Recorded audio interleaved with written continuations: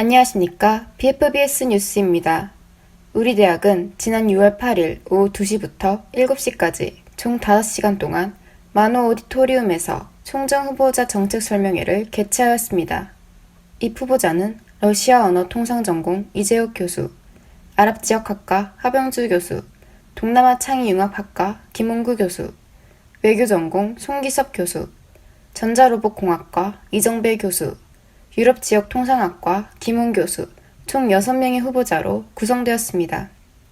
이 중 러시아 언어 통상 전공 이재욱 교수, 유럽지역통상학과 김훈 교수, 동남아 창의융합학과 김홍규 교수 3명의 후보자가 당선되었습니다. 안녕하십니까.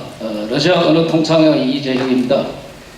교육혁신 부분입니다. 부산 외대발 교육혁신을 이루겠습니다. 부산 외대 특화형 융합교육 시스템을 구축하고 또 하나는 취업률 제고에 최적화된 취업 역량 교육 시스템 구축입니다. 지역 핵심 산업과 연계해서 맞춤형 교육과정을 운영한다거나 비즈니스 스쿨, IT 스쿨, 랭귀지 스쿨 같은 실용 교육을 강화하는 부분, 또 외국어 대학이기 때문에 전교생의 글로벌 외국어 역량 강화에 힘쓰겠습니다.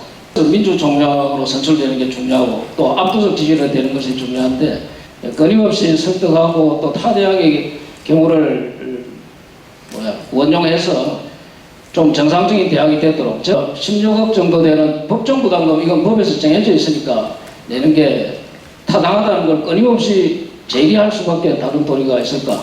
그 다음에 그 이자 부담 14억 정도 되니까 그걸 가지고 학생 복지 개선이나 다른 교직원 복지 개선에 원용할 수 있다면 훨씬 나아질 텐데 그 부분 끊임없이 요구할 거고, 그 다음에 우리가 또 수익 사업을 별도로 많이 벌려나가고 또 지자체 대학 협력 사업도 많이 해나가고, 그래서 재정 부분이 많이 개선되도록 부당하게 이렇게 저렇게 애를 쓰는 수밖에 없을 것 같습니다. 그렇게 해서 어느 정도 개선이 되면 우선순위부터 이렇게 지원하는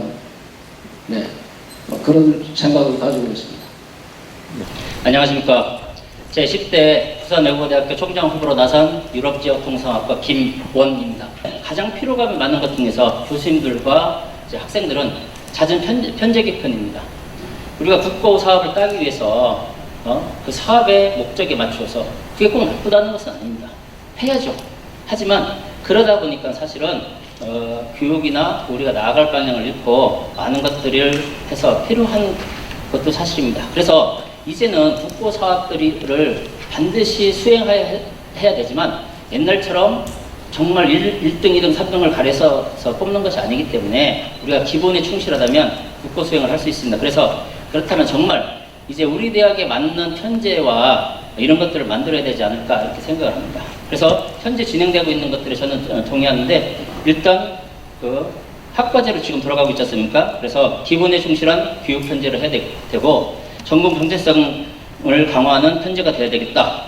그리고 당연한 것처럼 우리 포스트 코로나, 이게 지금은 모든 거에 우리가 이제 그 핵심어가 된 것 같습니다. 그래서 입학에서도 그렇고 앞으로 교육에서도 그렇고 앞으로 대학이 살아남는 방향에서도 이제 포스트 코로나에 대한 선제적 대응, 이게 가장 중요할 것 같습니다. 네, 현재 우리 그 세입 중에서 기부금 비율이 0.61%입니다. 1%가 되지 않습니다. 그래서 이제 법정 기준 그런데 0.5%라고 되어 있어요. 근데 사실은 요새에서 기부금이 아주 조금 늘었어요. 기부금에 대해서는 딱히 뭐라고 할 수는 없지만 그렇다고 제가 이 학교 동문이라서 우리 동문들한테 가서 다시 목을 조우겠다. 총장 되시는 분마다 그렇게 했습니다. 그럼에도 불구하고 또 해야 되겠죠. 하지만 그렇게 하려면 명분이 있어야 됩니다. 학교가 브랜드 가치가 높아지면 졸업생들도 내고 싶습니다. 우리 졸업생들이 사회나가 잘 됐는데 부산 내국어대학교 출신이라고 얘기하기 싫어해요. 학교가 뭐 해준 거 있습니까? 그럼 일단 학교도 브랜드 가치를 높여야 되는데, 그런 브랜드 가치를 높이고 그들과 소통을 하고 해서 기부금도 받고, 제가 총장이 된다면 이거는 장담할 수는 없지만 저는 지역사회나 아니면 전국적인 대기업에 쫓아다니면서도 우리 학교의 강점을 브랜드를 만들고 그거에 대해서 좀 기부를 좀 내놔를 해보겠습니다. 열심히 한번 해보겠습니다. 그거는 당연히 우리가 다뤄야 될 문제긴 합니다. 그런데 이제 그 다뤄야 될 부분이 굉장히 많이 있습니다. 첫째는 우리가 이제 1학기 때 거의 그 활동적인 그 학습은 하지 못했지 않습니까? 우리가 코로나 사태가 조금 진정이 된다면 당연히 2학기 때 그거를 더 많이 할 수 있도록 해야 된다고 생각을 하고, 또 하나 민감한 문제는 이거겠죠. 제가 대답할 수 없을지도 모릅니다. 아직은 총장이 아니기 때문에.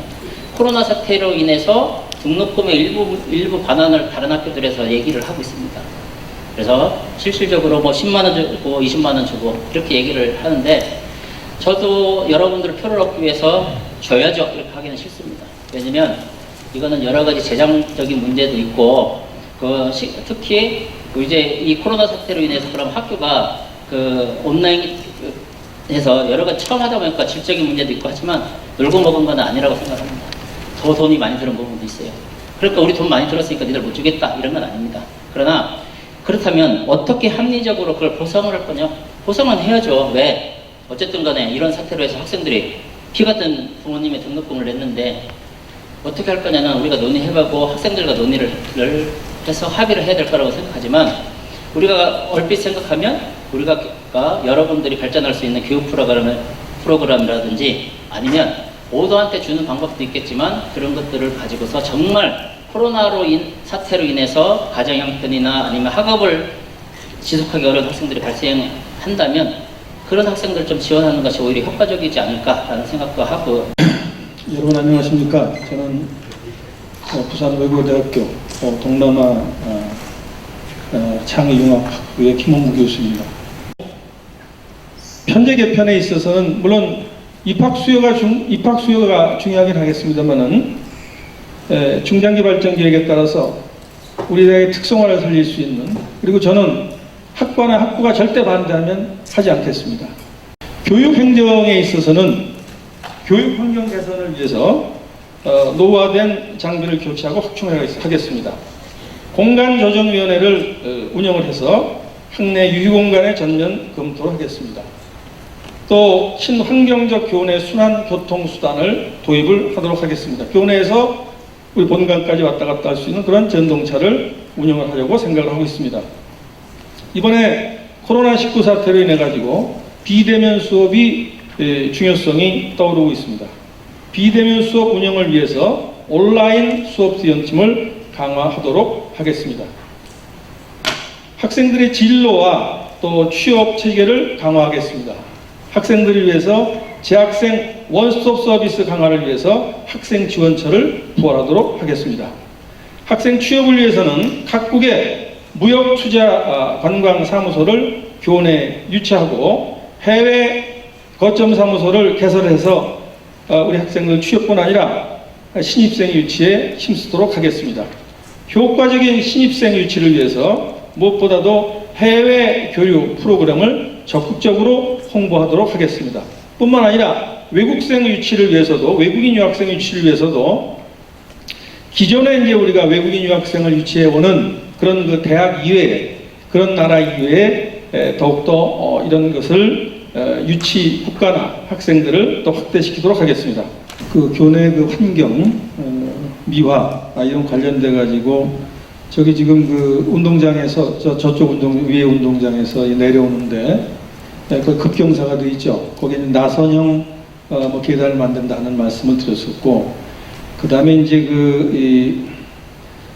전동차는 사실 지금 우리 정문에서 여기까지 올라오는데 여름 같은 때는 뭐 땀을 빼고 올라오거든요. 그래서 제가 이제 전동차를 좀 운영을 해보면 어떨까 하는 걸 말씀을 드린 거고, 그런 것은 학생들이 상당히 원하지 않을까 싶은 생각이 들고요. 그 다음에 이제 또 우리 이 아세안 제가 아까 푸드 코트를 만들려고 그러는데 그게 아마 우리 부산 외대 명물이 되고 그러지 않을까 생각을 하고, 이것을 운영하는 데 있어서는 우리 학교에 지금 유학원 외국인 학생들도 이제 많은 그런 참여를 해야 될 거라고 생각하고요. 이 공동 기숙사는 뭐냐면, 예를 들어 서울 같은 경우에는 지방에서 이제 학생들이 많이 가잖아요. 그러면은 거기에 예를 들면 뭐 전라도면 전라도, 경상도는 경상도에서 그 공동 기숙사, 소위 학사 같은 걸 만들거든요. 그래서 우리 부산 같은 경우에 불리한 점은 있지만 여기 제2의 도시고 하니까 그 평양 각지에서 오는 학생들을 제가 부산시와 더불어 가지 그런 우리가 기숙사 시설이 모자라기 때문에 그런 걸 해서 학생들의 편의를 도모하면 어떨까 해서 제안을 했던 것입니다. 총장 후보자 정책 설명회 종료 후 네거티브 투표 방식으로 평가단의 투표가 진행되었습니다. 네거티브 투표란 말 그대로 반대 투표이며 단계별로 최고 득표자가 탈락하는 형식입니다. 최소 3회 실시를 목적으로 하였으나 김원구 교수와 하병주 교수가 1차 투표, 2차 투표에서 득표수가 같아 3차 투표를 진행하여 투표는 총 6회 실시되었습니다. 우리 대학은 개교 38년 만에 총장을 뽑는 과정에서 민주적 선거 절차를 도입하였다는 점에 이의를 둘 수 있습니다. 1982년 개교 이래 2018년 제9대 총장까지 학교법인인 성지학원재단이 총장을 선임하였으나 제10대 총장 선출은 간선제 선거를 수용하여 재단은 총장 임명 절차 일부분을 총장 후보자 추천위원회에게 위임하였습니다. 성지학원재단이 당선된 3명의 후보자 중 1명을 결정하며 최종적으로 당선된 총장은 오는 7월 1일부터 임기가 시작될 예정입니다. 이상 진실의 소리, 참된 언론 실천 BFBS 뉴스였습니다. 감사합니다.